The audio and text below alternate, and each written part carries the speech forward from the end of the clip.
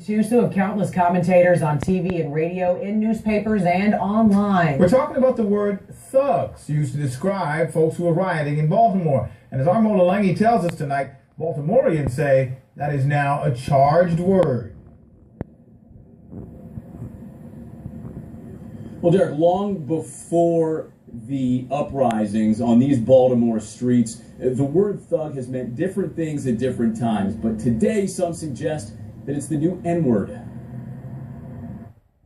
Thug seems to be a certain type of word describing a certain type of person. The mayor of Baltimore recently used it to describe rioters. Too many people have spent generations building up this city for it to be destroyed by thugs. She later apologized, but no apologies from the president. A handful of criminals and thugs who tore up the place. This impassioned post-game rant left NFL superstar Richard Sherman with the designation. That's the result you're gonna get. With some suggesting that he acted like a, quote, thug. Historically, thug has been associated with organized crime. Somebody that takes hits, somebody that goes out and does the dirty work of somebody else. The word thug originated in India to describe highway robbers. By the 1900s in the U.S., they were hired hands who broke up protests and union rallies. Thug kept its criminal credentials throughout the 20th century until rapper Tupac Shakur tattooed thug life on his stomach and glorified the lifestyle. But today, in 2015, it generally means a young black male who engages in unlawful behavior. Now, when was the last time a white guy was called a thug? It's coded for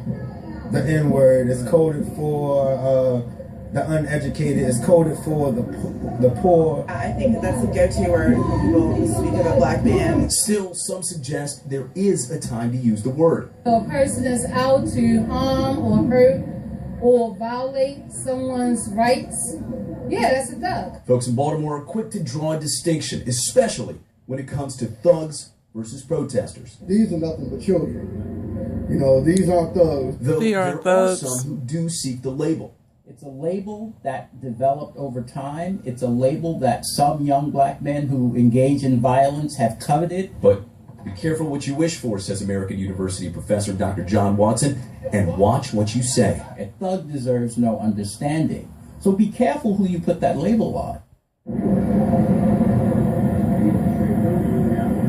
Now, there are some who admit to using the word not just to describe criminals, but anyone acting unruly. But those folks say that they also do so without race in mind.